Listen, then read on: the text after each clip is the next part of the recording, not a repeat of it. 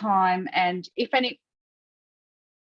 anyone would like to note in the chat space where they're joining us from, it would be wonderful to also hear that from you while the session is in process, so we get a sense of this community that we have gathered. Okay, Isaac. Okay, I'm sharing my screen now. So I'm clicking on slideshow. Is that shared successfully?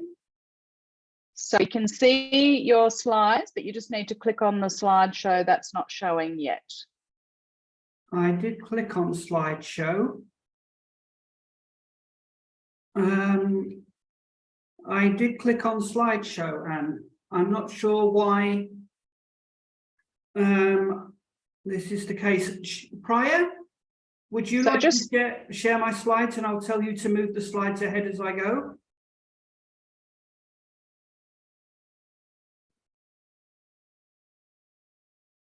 Okay, thank you. Okay, Priya, so you can go to the next slide. To give some context for Cambodia, in the 1990s, international peace building brought in vast amounts of international development aid. The legacy is mixed, however. Despite high economic growth and reduced extreme poverty, 40% of the population still live close to or under the World Bank poverty line. Cambodia has the fastest rising level of economic inequality in Southeast Asia. There has also been critique of an aid-funded shadow state meeting the government's welfare obligations. Cambodia has the second highest density of NGOs in the world in proportion to its population size, but the benefits from NGO projects are not often sustained in the long run. Priya, next slide, please. The greatest concern for NGOs in this past decade is, as you can see here, that overseas aid has sharply declined in Cambodia as the country has ceased to be a priority for the international development community. Next slide, Priya. In the context of the declining aid, this data here makes a lot of sense. If something more up to date would be good, but this data does show that a 15% increase or an overall tripling of earned income as part of Cambodian NGOs' total revenues just from 2006 to 2011 alone. Next slide, please. The importance of commercial revenue in the funding mix for NGOs is also shown here. Data from 42 entrepreneurial NGOs suggest a growing aspiration to become what Laputra and his colleagues call a socially committed regular enterprise. That is an NGO gaining more than 50% of its revenue from earned income. Next slide, Priya. Some time ago, Jacques Defournay and Shin-Yang Kim researched emerging East Asian typologies of social enterprise. On the left-hand side here are the main ones they identified. On the right-hand side is where myself and Soti Kian analysed them in the context of Cambodia. We find these typologies help us think much more about the social, political, and cultural dynamics more deeply than, for example, typologies in management literature that are based on how much revenue comes from a commercial source or how central the social mission is to the organization structure. Perhaps unsurprisingly, we do find that the trading non-profit or trading NGO is the most prominent form. However, work integration and training is also very important as a way to tackle deficits of work skills or education. There is also non-profit partnership going on now with for-profit organizations, including both international and domestic companies. This sometimes overlaps with other typologies like the work integration or community development, which is an important insight because it helps to avoid an overly essentialist view of the forms that social enterprises take. Next slide, Priya.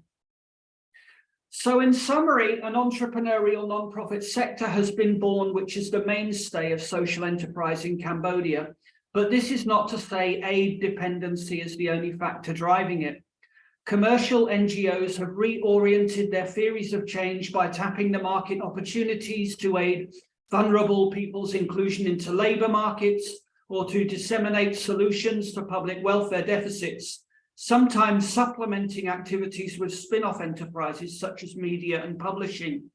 As you can see here, there is a wide range of areas where social enterprises operate nowadays. Next slide, please, Priya. So as well as resource dependency, where social enterprise replaces aid or grants, there is a lot of room for the explanatory power of institutional theory to help understand the reorientation of the non-profit sector. There is a normative environment emerging where entrepreneurship is attractive to the younger population, who see opportunities to provide services by tapping into markets such as tourism, and who want to also network with other entrepreneurs. There is also a social entrepreneurship ecosystem, partly nurtured by international development finance. There are well-known role models that have received awards from international foundations who take a particular view of how social enterprises succeed. Some social enterprise structures are conducive to equity finance, and nowadays students are getting the chance to learn about and incubate social ventures in some universities. It's unsurprising then that the International Finance Corporation has recognized that social enterprise in Cambodia is one of the most vibrant in the region, and they recommend that Cambodia should be studied as a model for international development in other lower income countries. Next slide, please, Priya. The Cambodian government, to my knowledge, despite this institutionalization, does not view social enterprise as a high priority. Indeed, a law enacted in 2015 focusing on the legal obligations of NGOs, fails to mention social enterprise at all. However, the government does support agricultural cooperatives. It has enacted a legal decree and a sub-decree for agricultural co-ops that builds on state-sponsored support going back to the 1960s. With various international and local actors aligning around agricultural co-ops, giving technical services, capacity building, legal and financial support. This is an institutionally embedded type of social enterprise. Currently, more than 1,200 of them are registered with the Ministry of Agriculture, Forestry and Fisheries, and they are a key part of this ministry's agriculture sector master plan for 2030.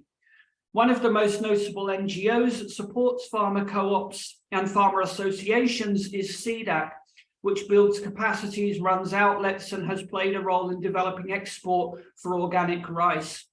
In recent years, there have also been some developments in digitalized contract farming and microfinance products specifically for agricultural cooperatives. Next slide, please. Something Dacanay and Kim didn't mention explicitly in their work on East Asian typologies, perhaps because it was some time ago, was the idea of social business, which is made popular by Muhammad Yunus. This is a form of non-profit for-profit partnership using a bottom-of-the-pyramid business approach to make services available to the poor. It is becoming deeply institutionalized as both international development agencies and policymakers find it as an attractive solution to pressing issues. In Cambodia, for example, Tuxat 1001 builds water kiosks that distribute Cambodia's cheapest bottled drinking water to rural villages. The kiosks are procured and paid for by agencies like UNICEF and USAID, and the NGO works closely with the government. It is a central actor in the government strategy to achieve clean drinking water for all as part of the Sustainable Development Goals.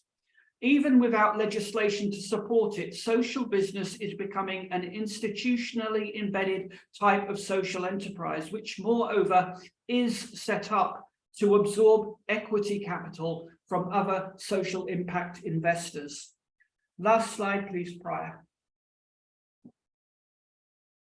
In summary, then, some points and concerns. The understanding of social enterprise in the Cambodian government is limited. I recommend universities to integrate social enterprise with public policy courses.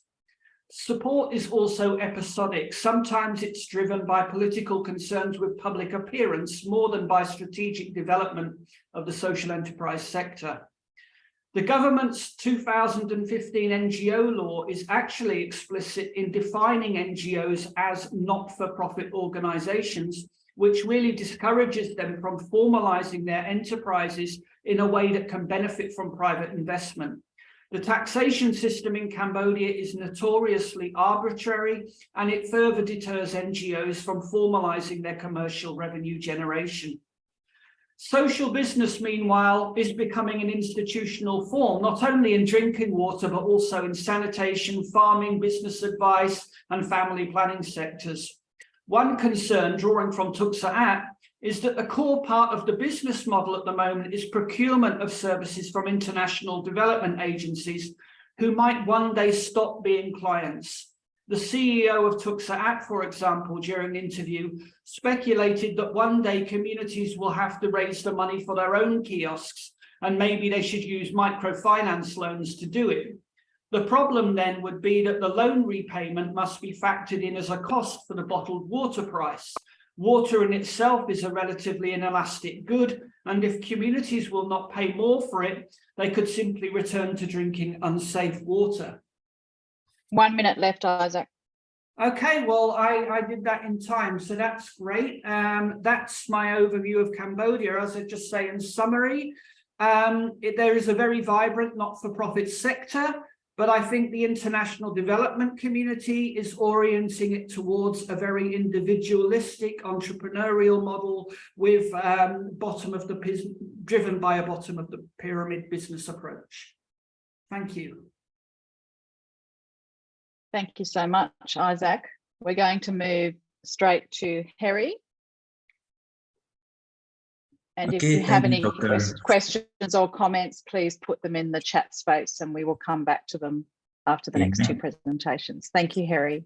Okay, may I start? May I share my what happened to my knee?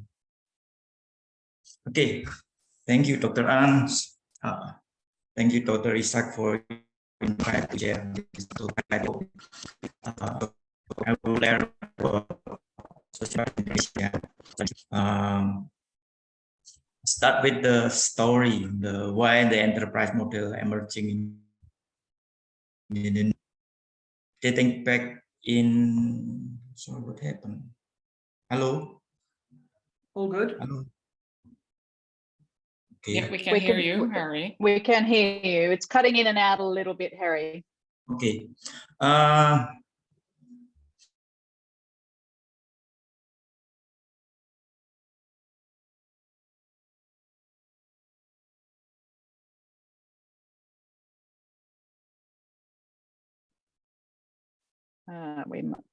We may have an internet issue. You're muted now, Hery.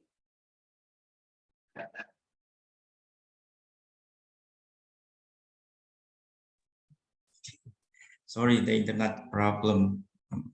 That's okay. Have another go. Okay, I start the story during the civil war era in Indonesia.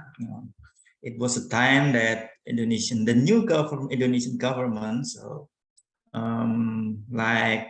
Hery, are you sharing your slides at the moment? Yeah, what happened? So you just need to reshare because we've lost your, I think when your internet cut out, we lost your image. So we just need to refresh it.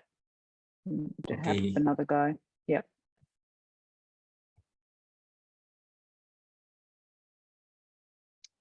Now we can see your whole screen. Yes, that's it. Great. Thank you. Yeah. Sorry for the interrupting. No problem. Please start again. Okay, I start with the story of cooperative in Indonesia in 1950 because the new government of Indonesians have idea that cooperative is the best model for this country. Because the previous time during the civil wars, there's a debate about the role of multinational company because in Indonesia history, our school teach me, my teacher teach me that Indonesia was occupied by the Dutch.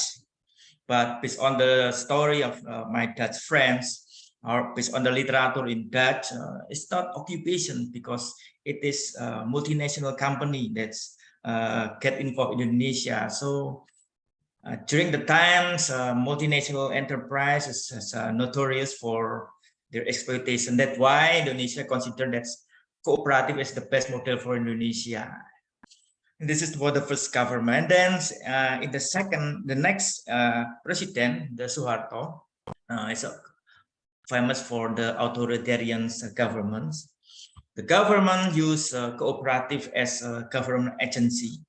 Not based on a community or membership organization, but this is by order that every village should have a cooperative. That's the cooperative has a role to distribute any kind of from the government grant, for example. There's one program, namely food security. So every farmer should plant what a specific type of paddies, and then during the time, everybody was under pressure because the role of cooperative, which is the government was the government agent. So, and in 1998, when the Suharto government stepped down, and then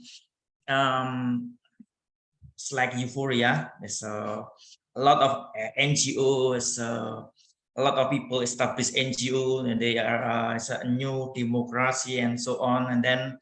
And of course, the image of cooperative is people consider that it's not appropriate. But after the crisis, the NGOs start moving to enterprise. Then and the government introduced a policy called the decentralization. So the decentralization encouraged local governments to establish a company, and even the village governments to establish, we call it a village-owned company. So in that case, even until right now, there's a lot of village-owned company has been emerging. It's more popular even than cooperative.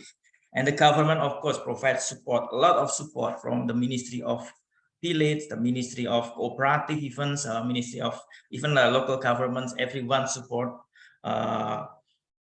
village-owned company. And then recently, everyone moved to the digital following the COVID. Everyone, even the NGO, village-owned company, and social enterprise moved to digitalization era. Talk to the utmost priority as the TOR that provided by the committee, and then I would like to say that the first popular issue is education, yeah, and the largest company that serve education services is Muhammadiyah and NU.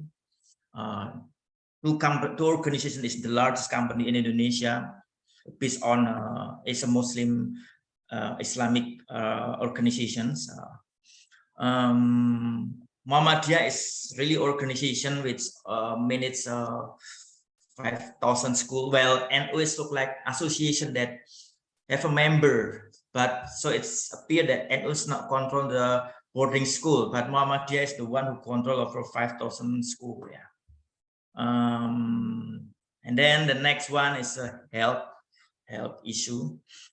Same, Muhammadiyah and NU remain the largest in the health service. So in the past, there's what you call it's sort of like they claim that there's two ministry, two key ministry. If the Ministry of Education from Muhammadiyah, and then the Ministry of Religions come from NU, and conversely, and then if the Ministry of religions come from NU member, and then the Ministry of Education come from Muhammadiyah, and so on. So that's two big organizations to mine to popular issue about social enterprise. Of course, this is not for profit, but they generate a lot of value, and they use the benefit means the surplus and invest at the same core business, education, and health. And then the next two environments. While it is the most popular organizations, it's look like NOS is not the big organization that manage by themselves, but they have a member. They have 479 organization member. And then recently there's creative economics. That's because again COVID, so people. But before the COVID, some of the organization already emerging with rely on digital economics. And then talk about social enterprise typology. In my book, in a book chapter, I propose four.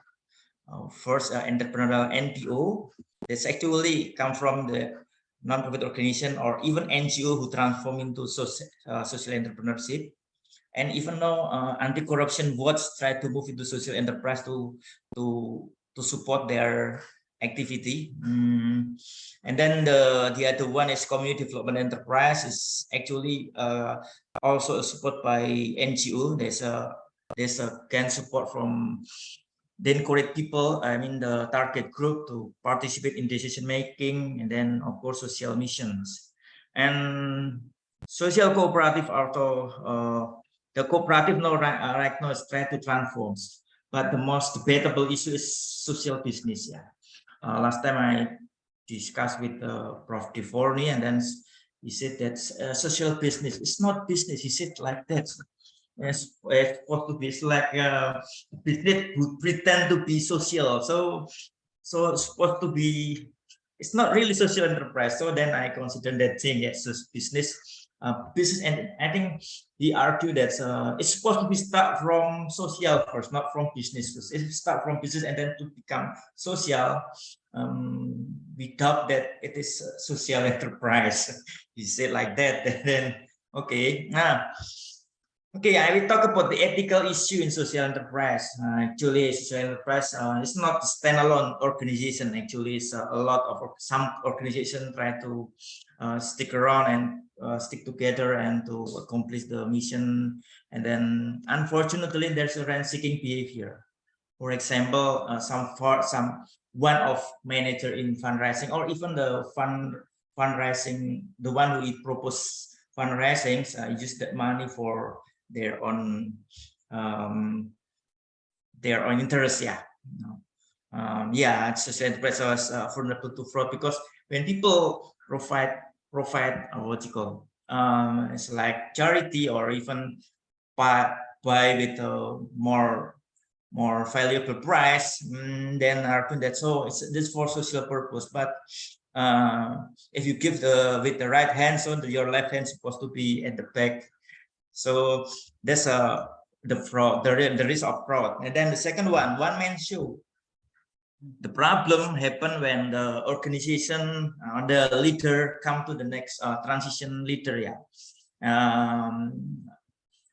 Typically, the new leader is like Indonesian president. Yeah, when the new president come, like Suharto come, and then he did not like anything from the previous president like Sukarno, so he removed everything. And the new president after Suharto, okay, the Suharto is notorious for blah blah blah, and then most of the program they actually is a good, but they remove it because to acknowledge the performance. So that's also happened in, I don't know, it's a culture maybe. Yeah, this also happened in organization in Indonesia, because even in social enterprise, when transition leadership occur, and then the new leaders tend to seek another new program rather than to continue the previous program.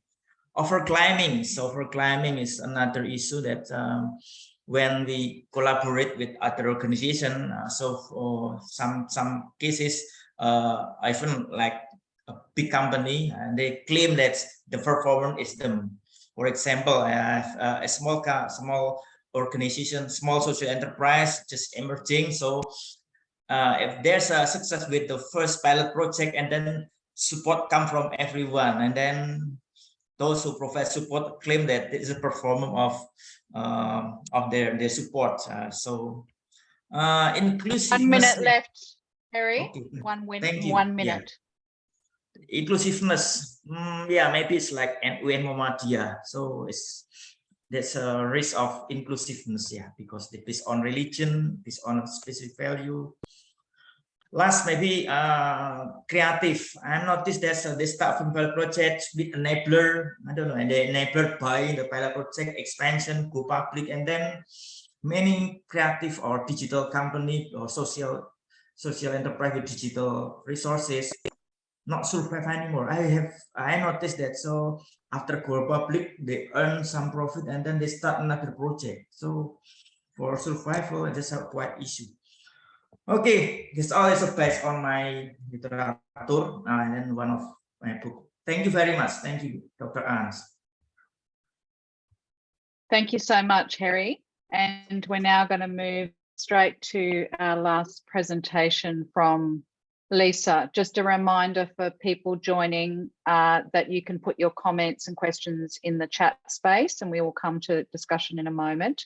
And maybe, Pri, you could repost those things about the links that you presented at the start, because I realise people that have arrived may not have seen those. Thanks.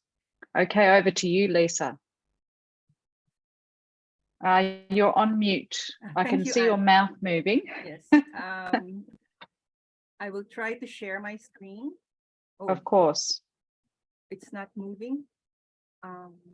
Just go back to the beginning, the first slide. Yeah, it's not moving. So may I request Prior to help me? Sorry. I'll stop share and I'll ask Prior to help me, please. Yeah. Yeah, so I'll be discussing social enterprises with the poor as primary stakeholders in the Philippines. And next slide, please. I'll be introducing it as a major model of social enterprise and sharing with you a definition.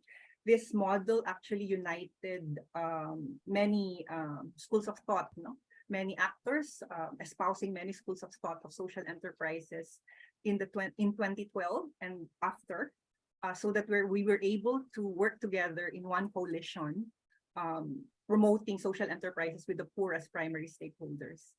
I will also be sharing with you the types of services and stakeholder engagement models that social enterprises with the poor as primary stakeholders do, and then the institutionalization process in the Philippines of this model of social enterprise. Next slide, please. So in a developing country context of poverty and inequality, we've found that social enterprises with the poor as primary stakeholders is a major model that is actually addressing a major problem, a major challenge of worsening poverty. And they are social mission driven organizations. So they're like NGOs because they're social mission driven, but they're like businesses because they're wealth creating. But unlike ordinary businesses, they have a distributive enterprise philosophy. So they generate positive economic and social value that is distributed to or benefit the poor as primary stakeholders. In terms of forms, these social enterprises with the poor as primary stakeholders can be social cooperatives, they can be entrepreneurial nonprofits, so non-stock nonprofit corporations, but they can also include social businesses, particularly stock for-profit corporations, partnerships, and single proprietorships, but they need to respond to all these three defining features of what a social enterprise with the poor as primary stakeholders is. Next slide, please. In terms of actual operations, they provide three types of services among the poor. Transactional services are oriented at assisting the poor to become effective workers, suppliers, or clients. So, for example, training for the poor to meet quantity, quality, and delivery requirements of the market, or product development and marketing, loans and microinsurance. These are transactional services. There are also social inclusion services provided. These are oriented at providing the poor immediate access to basic needs and social services. So, for example, community-based water systems, health and sanitation services, and the like can be part of social inclusion services. And the third type, which is actually what differentiates social enterprises with the poor as primary stakeholders from ordinary enterprises in a distinct way, are the transformational services. They are oriented at enabling the poor to overcome their capability deprivation and to become actors in their own development. So this includes organizing the poor so that they are able to have self-governing cooperatives. It includes leadership development services and capacity building on gender issues and the like. So it is this combination of services that actually operationalizes their nature as social enterprises with the poor as primary stakeholders. Next slide, please. In terms of stakeholder engagement strategies, we've found that there are two main types. Social enterprises with the poor as primary stakeholders either engage the poor as transactional partners mainly, so that they're pursuing a collaboration model, or the more ideal model is the empowerment model, where the poor are engaged as transformational and transactional partners. So for the collaboration model, the social enterprises engage the poor as proactive workers, suppliers, and clients, and partners in social enterprise and value chain management. And the impact is usually increased incomes or access to services, leading to social inclusion. But it is the empowerment model where the poor are engaged as empowered workers, suppliers, clients, and owners, where they play the role of organized partners in poverty reduction, in the, at the sector, community, and societal change also is being pursued together, where the significant outcomes in overcoming capability deprivation and income poverty are actually seen as intact. So the collaboration model is usually able to reach more poor, but it's the empowerment model that reaches them in a way that has more depth. And usually social enterprises experiment on combining these two, in order for them to reach more as well as have depth of impact. Next slide, please. In terms of the institutionalization process of social enterprises with the poor as primary stakeholders in the Philippines, there is a poverty reduction through social entrepreneurship coalition that was set up in 2012, which tried to unite actually all the strands of social enterprise players and came together to agree that the main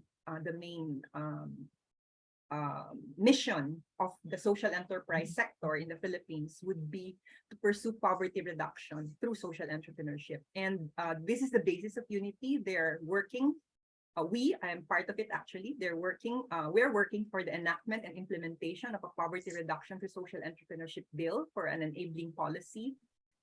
We're undertaking a nationwide education campaign for social enterprises as vehicles for poverty reduction. We're developing standards and benchmarks for self-regulation and development of the sector.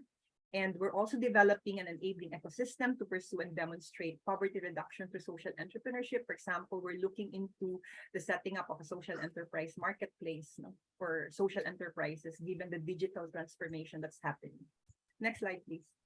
So, the present bill has many critical provisions. I will not be able to discuss this at length, but one of the most important is the strategic economic subsectors as units of planning, a national poverty reduction through national poverty reduction through social entrepreneurship program to achieve poverty reduction at a grand scale, so that the intention is for government to invest in value chains and strategic economic subsectors where the poor are players and could be major players, and where there's potentials for growth.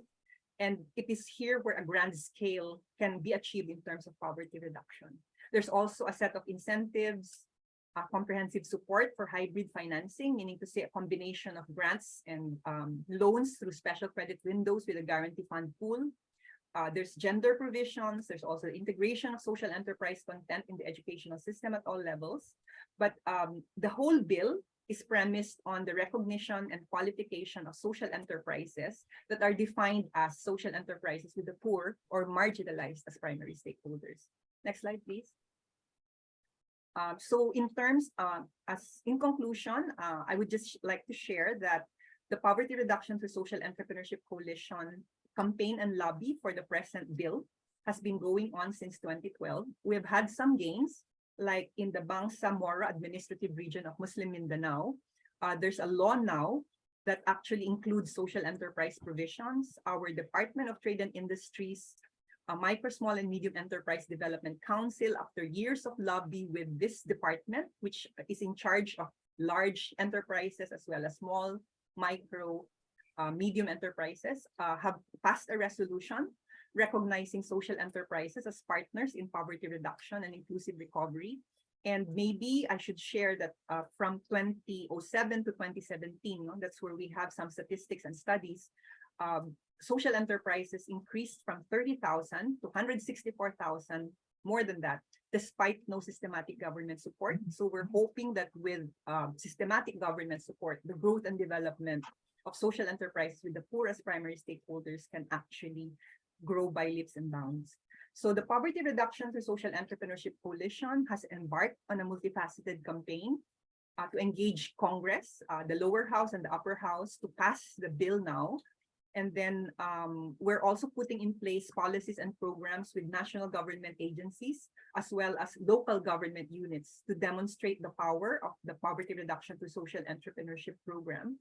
And we're doing this given the urgency that a multiple crisis. We have a health crisis, a climate crisis, and before that, a development crisis, which has expanded the ranks of the poor and is worsening inequality. And there's an urgent need for inclusive recovery, building back fairer, and not only better, but fairer, and accelerating the achievement of the sustainable development goals. So we believe that in addition to doing what we can to grow the sector, we need government support, systematic government support, in order for social enterprises with the poor as primary stakeholders to be mainstreamed. And that's exactly what the present coalition, or the Poverty Reduction to Social Entrepreneurship Coalition, is doing. Thank you very much. Thank you so much, Lisa. And thank you to all three speakers for keeping to time so effectively as to allow us at least 15 minutes, if not a little bit longer, for some discussion. So thank you so much.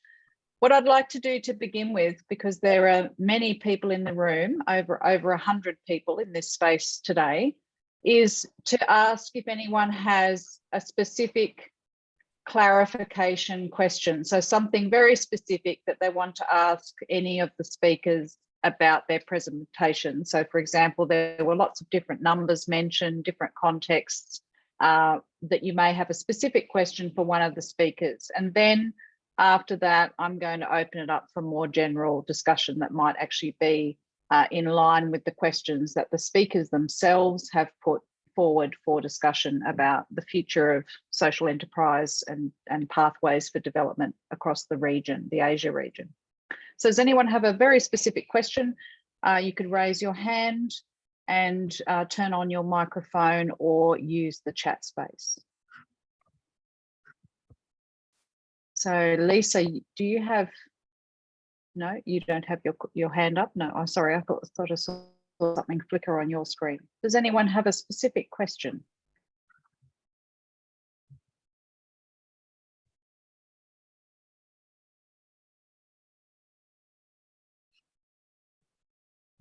Maybe I raise a question. So of course. about the ethics, yeah.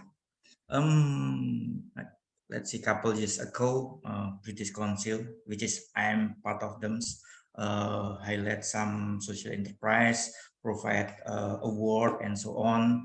And during the selection of social enterprise, we noticed that some of social entrepreneurs convert into politicians. Then finally the committee of that's like the social enterprise for the performance, we just about to give a grant for some social enterprise, but because the entrepreneur become politician, and then we say, okay, we should delete that one. So what do you think? So it is okay for social entrepreneurs to be politicians, just like businessmen to be entrepreneurs. What do you think, Dr. Mari or Dr. Isaac or Dr. Prayo?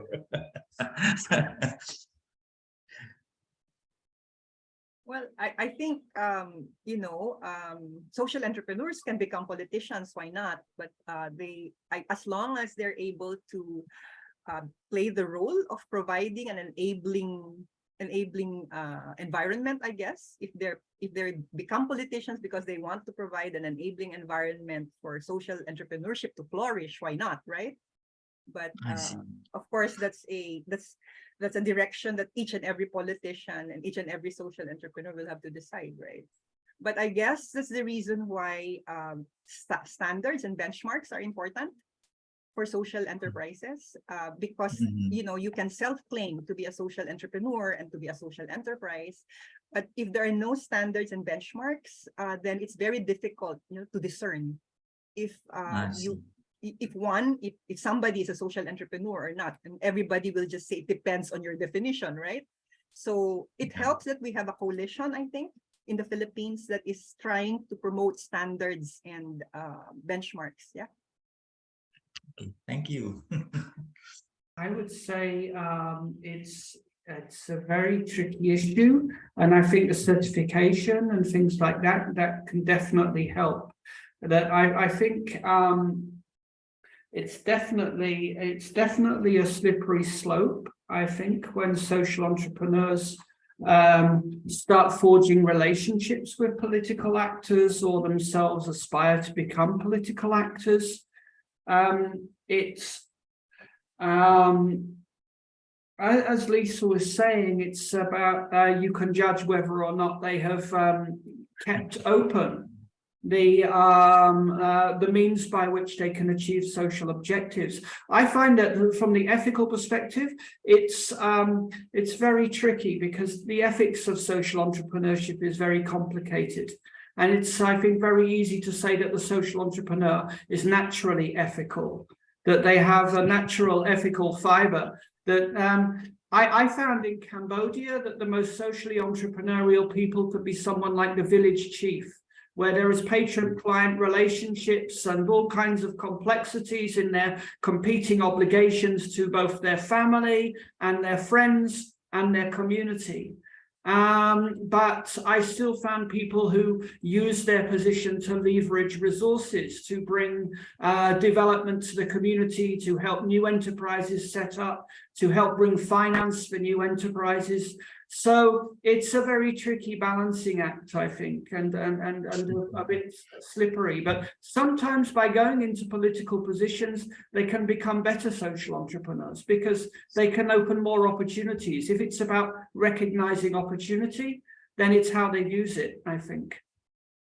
Okay, thank you. So I just wanted to ask a clarification question of you, Lisa. When you mentioned the increase in the number of social enterprises to something like 160,000, I think, is that what you said? From 30-something thousand to 160,000. I don't know what the time frame was, but you said that 2017, so that was 10 years. Thank you. And you said that was despite systematic support, so that increase had happened. Yeah. Yes. So no systematics. Yes. So what I was curious about was, what do you think has enabled that increase in social enterprises? If it's not systematic support, what is it that has enabled that to happen? Is it more grassroots ad hoc support from the NGO sector, from faith-based organizations? I was curious about your reflection on what has driven that increase. Yeah. I think the main driver is actually the crisis itself, so that many development actors are looking towards ways of facing the crisis or resolving issues of poverty and inequality in a more sustainable way. So I think that's one of the bigger drivers. But in terms of actual support, there has been systematic support from non-government actors. Yeah. There are actually the three main universities in the Philippines, such as Ateneo de Manila University, La Salle University, and even the University of the Philippines now, are actually have started to develop social entrepreneurship programs. And part of that is actually extension work. There are many social enterprise resource institutions that have sprung up. And also international social enterprise resource institutions that are interested to help, help in the Philippines. So it's a combination of systematic support coming from development actors that are non-government in nature. And of course, there's also some interest on the part of businesses to start supporting social enterprises, no? Although there's a smaller segment for that, yeah. But a form of corporate social responsibility that has sprung up is support for social enterprise development, right? So that's why we're arguing that if without government support, it grew this big, yeah, the sector, where it's now about 15% of enterprises in the Philippines in that sense, then systematic government support can really do wonders. And that's what we're arguing in Congress at the moment. And it's a very long battle because we've been at it since 2012. And until now, we're still in a public hearing with the Senate, yeah? And the lower house has not even tabled it again. It's a third Congress where we have actually tabled the poverty reduction through social entrepreneurship bill. But as I said, we have had some gains, yeah? Because the Department of Trade and Industry that's in charge of social enterprises now recognizes the need to actually support this segment of enterprises. Thank you. Thank you for that reflection. Isaac, do you have a comment you want to make? Yeah, there are two things. Firstly, on the line of one of the questions, which was, what kind of discourse? So my question would be to Lisa, do you think that there are cultural dynamics in the Philippines? For example, with Catholicism, I know in Brazil, for example, universities have a very strong programs for social solidarity enterprise incubators. And that was, maybe a thing that's culturally rooted in Brazil. Do you think there is a similar dynamic in the Philippines where there is a cultural social solidarity ethos embodied, for example, in RIPES organization or something like that? And then also I would like to, after that, direct the panel's attention to John D. Flavia's question, which I think is an excellent one. Yeah. So how do we go about this, Anne? So, I think if we just look at the questions in the chat space before you respond, Lisa, so as well as John D's question, I think it would be really helpful for the audience to hear a response to Gerlio's question about what do you think is the most significant role that social enterprises in Asia can play? So perhaps each of the speakers has some reflection on what do you think are the key things that social enterprises can do or do already do in terms of, I think, particularly addressing some of the concerns you've highlighted, Lisa, in terms of climate crisis, poverty, health concerns, the current kind of global grave issues, really.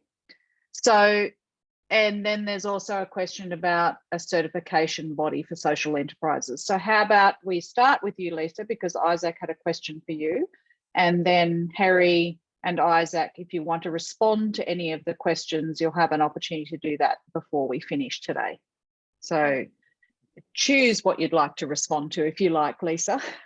Lots of questions. It's a mouthful, but I think in terms of the main role that social enterprises can play, I think the poverty and inequality as cross-cutting issues are very important. And I think that's where social enterprises can have the greatest impact.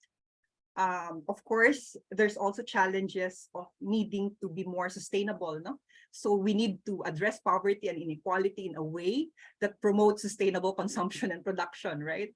So I think that's the space where most social enterprises can play a role. And I'd just like to share that there are actually 5 platforms that we have set up at the Asia Pacific level that's trying to promote social enterprises and their role in advancing and accelerating the Sustainable Development Goals. And I'd like to invite everybody to join us this March. We actually have a conference co-convened by UNESCAP in Bangkok, and you can actually join for free virtually. So let me know if you actually want to join us in that conference. Are you or platforms. One of your sorry to interrupt you, but are you able to put a link or anything in the chat space, or possibly there's even someone here in the room who that can assist with that?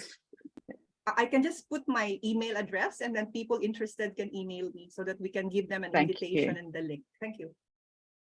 Wonderful. Hery, do you have any comments in response to any of the questions? Yeah, actually, there's initiative from some friends including the British Council to bring social enterprise standard, but another, let's see, Pak Bambang, the Bina Swadaya social enterprise, the largest social enterprise of Indonesia, claim that the story will be similar to cooperative. I'm afraid that what you call a say-do, and then even until right now, the process to bring the social enterprise into as a legal form in Indonesia is not yet come to end, because this is dispute between two key stakeholders. So yeah, it says the debate come to the policy already. Thank you. That is in Indonesia. Thank you, Dr. Thank you. Isaac, would you like to respond to any of the questions in the chat, or any last comments? Okay, well, the most significant role of social enterprise, I can't essentialize social enterprises to any specific role, but for me, my orientation is as a provocation. Social enterprise is a provocation for us to think differently about what business is, how we embrace and ethics of business. How do we think about the distribution of a business? So Lisa Marie talks about the distributive philosophy.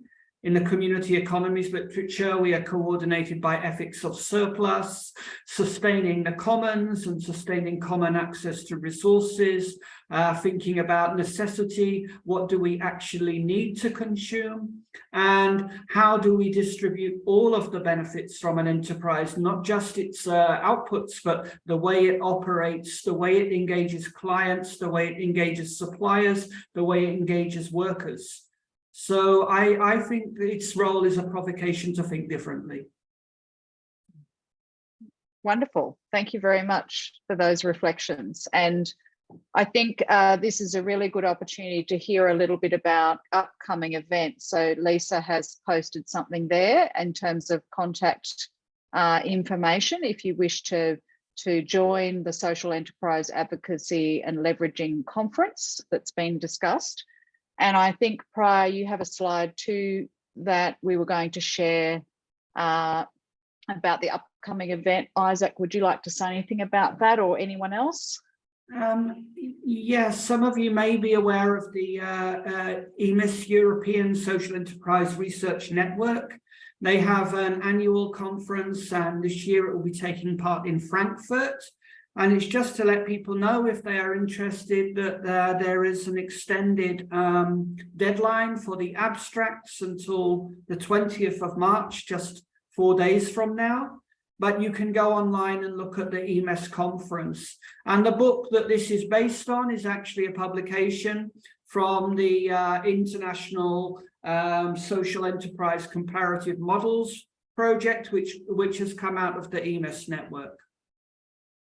So do you know whether people are going to be able to join that online? Because obviously for many people in this space today, that's going to be very challenging to travel and a long way to go for that. My understanding is that this is their first face-to-face conference. That's what they're saying in the advertising. It's the first face-to-face conference since pre-COVID, but it may be that people can join remotely. I would contact the organisers. Yes, and wonderful to hear more about that for people who are interested. Would they contact you, Isaac? They can contact me. Who would they contact about? I'll put my email in the chat. Okay.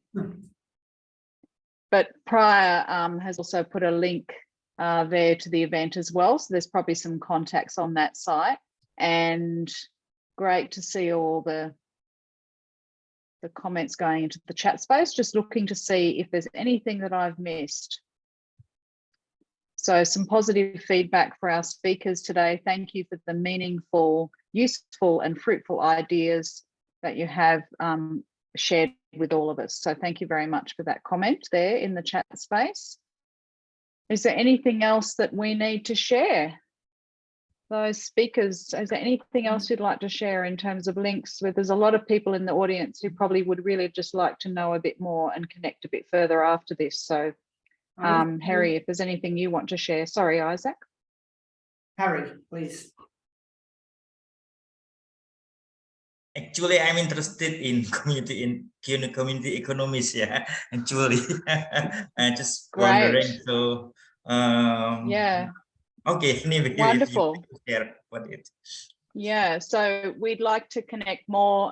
Prior and I are kind of keen to keep the Community Economies Research Network for the Asia region going, and we tend to have 3 to 4 events a year, and they have covered many different topics that relate to the region, livelihoods, well-being, development, social enterprise included.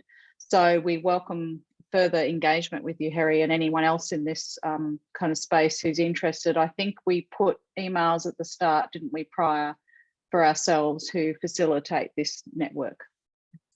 And you can also catch us on YouTube. So for you can watch our previous events, seminars on YouTube. So you can just search for Community Economies Institute on YouTube, and you can also find us on LinkedIn. But all of these social media can be linked from our main website, communityeconomies.org. So the previous recordings of other Community Economies Research Network Asia events are on YouTube, aren't they, prior? Yeah, great. So thank you very much, everyone. We are at time now, but it's been really wonderful to have over 100 people here in the room with us.